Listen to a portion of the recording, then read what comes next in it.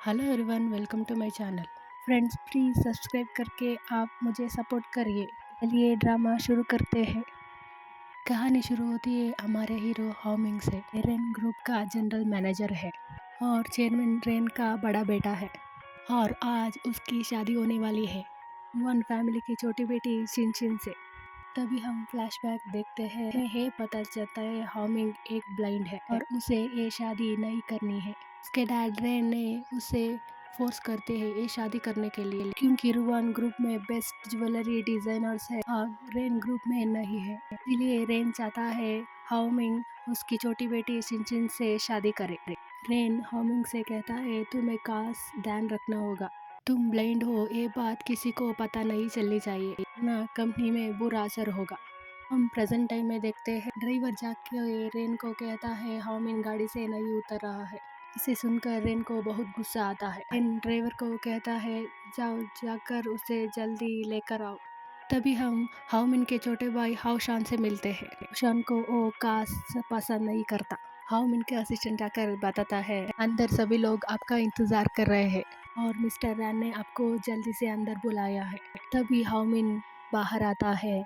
उसे देखकर कोई नहीं बता सकता ये ब्लाइंड है। उसके बाद हम ब्रेड को देखते हैं। उसका नाम है तियान।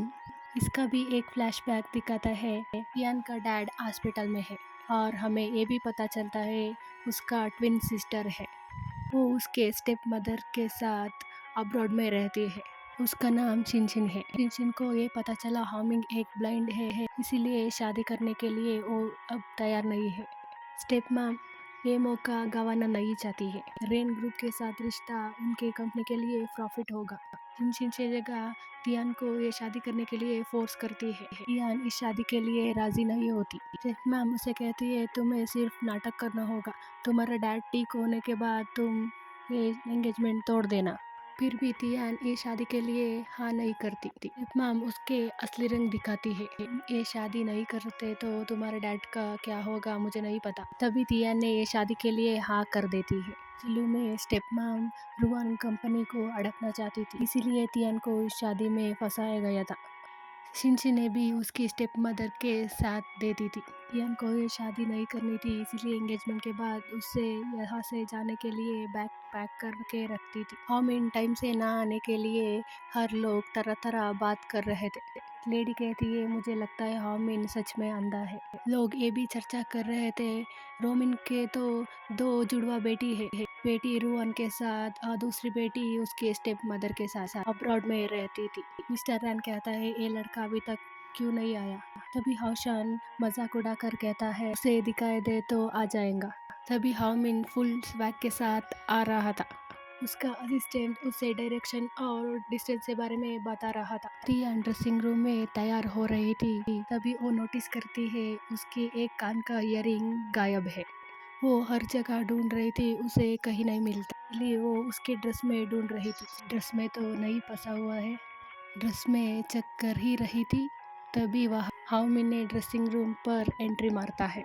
तभी तियान का झुमका हाओमिन के पैर में आ गिरता है। तियान उसे देखकर एम्बैरेसमेंट होने वाली थी, मगर उसे याद आती है ये तो ब्लाइंड है, इसलिए वो कुछ खास रिएक्ट नहीं करती। हाओमिन झुमका लेकर उसे देने के लिए हाथ आगे बढ़ाता है। झुमका लेने के लिए तियान आगे आती है। हाओमिन हाथ को पीछे ले लेता है। फिर तियान का क्लोज जाता है और अंदाजे से उसका झुमका उसे पहना देता है। तियान को दर्द होता है, इसीलिए वो हाओमिन पर गुस्सा हो जाती है।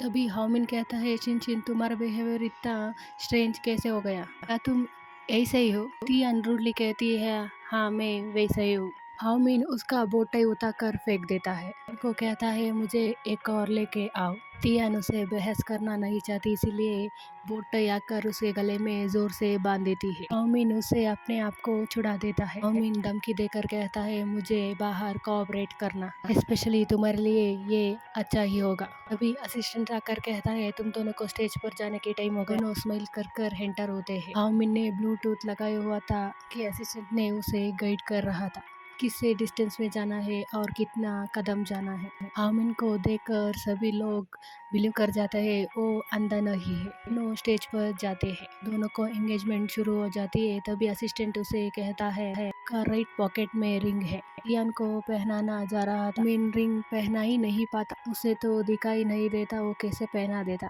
उसका असिस्टेंट को एक मोटा आदमी उसे एंगेजमेंट देखने के लिए रोक रहा था। उसे हाउशा ने काम पर रखा था। उसका भाई अंधा है, ये बात सबको पता चलना चाहिए। हाउशान को जनरल मैनेजर बनना चाहिए था, इसीलिए वो ये सब कर रहा था। मेन रिंग पहनाने की कोशिश कर रहा था, मगर इसी बीच में रिंग नीचे गिर जाती है। इसलिए सारे लोग बातें बनाना शुरू हो जाती है। टिया ने बात संभाल लेती और रिंग को उठा लेती है और रिंग को हामिन को पकड़ा देती है। हामिन नर्वस होके ये सब कर रहा था ऐसे बता देते हैं। टियान अंगूठी पहन लेती है, इसी के साथ एंगेजमेंट कंप्लीट हो जाती है। टियान तो जल्दी जल्दी में कपड़े बदल कर वहाँ से जा रही थी। असिस्टेंट आकर टियान को रोकता है और कहता है चलिए हामिन के साथ। टियान कहती है मैं क्यों जाऊँ। असिस्टेंट ने हामिन के साथ शिनशिन का कॉन्ट्रैक्ट दिखाता है। वहाँ साफ लिखा था शिनशिन ने एंगेजमेंट के बाद हामिन के साथ ही शिफ्ट होना है। टियान को समझ में आता है शिनशिन और उसकी स्टेप मदर ने मुझे यहाँ फंसा दिया है। असिस्टेंट ने टियान का लगेज को ऊपर रूम में पहुंचाने का बात करता है। हामिन ने असिस्टेंट को रोकता है और कहता है उसका सामान है, उसे लेकर चली जाएगी। आखिरकार ये तो मेरी नौकरी है, इसीलिए उसको मेरी हर बात माननी ही पड़ेगी। टियान कहती है मैं ऐसा कुछ भी नहीं करने वाली हूँ। असिस्टेंट ने उसे कॉन्ट्रैक्ट दिखाकर कहता है उसमें लिखा हुआ था पार्ट बी ने पार्ट ए का बात नहीं माने तो उसे 50 मिलियन पे करना होगा। कमीन उसे चिढ़ाते हुए ये कहता है तुम और तुम्हारी मम्मी इतना एक्साइटेड हो गए थे, मेरे साथ शादी करने का बात कर रहे थे और इसके बाद कॉन्ट्रैक्ट न देखे बिना पढ़े बिना आप दोनों ने पेपर पर साइन कर दिया था। अब तुम्हारे पास कोई चांस नहीं, इसीलिए मेरे बात माननी पड़ेगी। टियान को तो कोई रास्ता ही नहीं बचता। टिया ने तो उसकी बारी बरम लगेज को उठाकर उसके रूम तक पहुंची जाती है। वो सामान उठाकर थोड़ी सुस्ती हो जाती है और बेड पर जाकर ले जाती है। तभी वहाँ असिस्टेंट आकर टियान को उठा देता है, कहता है सर ने आपको नीचे बुलाया है खाना बनाने के लिए। टियान गुस्सा हो जाती है और कहता है जाकर तुम्हारे बास को कह दो मैं ऐसा काम नहीं करूंगी। तभी असिस्टेंट ने टियान को कहता है मुझे बास ने आप ना कहे तो ये बोलने के लिए कहा है 10 मिलियन लेके आने के लिए। टियान तो ये सुनकर नीचे चली जाती है उसे खाना बनाने के लिए। वो जाकर देखती है टेबल पर तो जिंदा क्रेफिश पड़े हैं। मोमिन उसको पकाने के लिए कहता है। टियान कहती है मुझे क्रेफिश बनाना नहीं आती है। हामिन कहता है मुझे तो सिरी काम आएगी। सिरी से क्रेफिश बनाने का रेसिपी पूछता है। सिरी रेसिपी का प्रोसेस बता रही थी। पहले क्रेफिश को साल्ट वाटर में डालो। टिया ने सिरी का प्रोसेस फॉलो कर रही थी और साल्ट वाटर लेकर आती है और फिर मसाले लेकर टेबल पर रख जाती है। फिर कुछ सामान लेने के लिए किचन पर जाती है। अमीन पानी समझकर मसाले को पी जाता है। इसका हालत तो खराब हो जाती है और पानी पानी कहता है। पानी ढूंढने के लिए टेबल पर हाथ रखता है। उसका हाथ क्रेफिश का बाउल गिर जाता है और क्रेफिश सब बाहर आ जाता है। एक क्रेफिश तो हामिन का उंगली को पकड़ जाती है। हामिन टियान को जोर जोर से बुलाता है। टियान क्रेफिश को देखकर डर जाती है। टियान कहता है आओ मेरे मदद करो, ये क्रेफिश को मेरे उंगली से निकाल दो। और टियान पर ही गुस्सा हो जाता है, तुम पहले मुझे क्यों नहीं बताए, क्रेफिश मुझे काट भी सकता है। टियान डरते हुए हाथ से क्रेफिश को हटाने के लिए जा रही थी। क्रेफिश तो उसे ही काट लेता है, इसलिए वो डर कर दूर जाती है। वो उसके हाथों को पीछे ले लेती है। उसके बाद टिया ने एक लाइटर लेके आती है और उससे क्रेफिश को जलाने लगती है, मगर से तो हामिन का हाथ ही जल जाते हैं। इसलिए टिया ने नेक्स्ट एक चाकू लेकर आती है और उसका एम तो हामिन का हाथ ही होती है।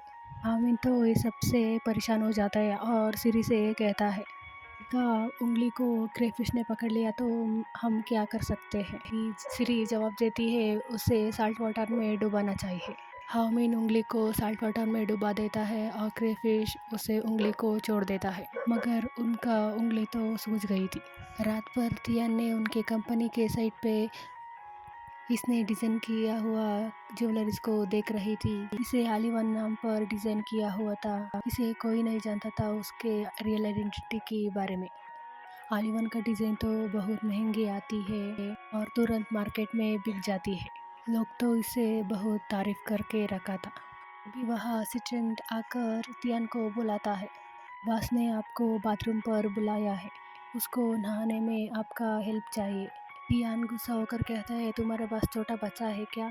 उसे नहाने के लिए किसी और को ज़रूरत क्या है? तियान कहती है, जाकर कह दो तुम्हारी परमानेंट पास को मैं नहीं आऊँगी। असिस्टेंट तियान को कहता है, आपको याद है कॉन्ट्रैक्ट के बारे में, 50 मिलियन युआन दे दे और आप नहीं जा सकती। नेक्स्ट सीन में हम हॉस्पिटल में देखते हैं स्टेप मदर ने तो तियान का फादर को ठिकाने लगाने के लिए प्लान जारी रखा था। वो डॉक्टर के साथ मिलकर दवाई दे रहे थे, इसे लेकर मिस्टर रैन तो कभी नहीं उठेंगे।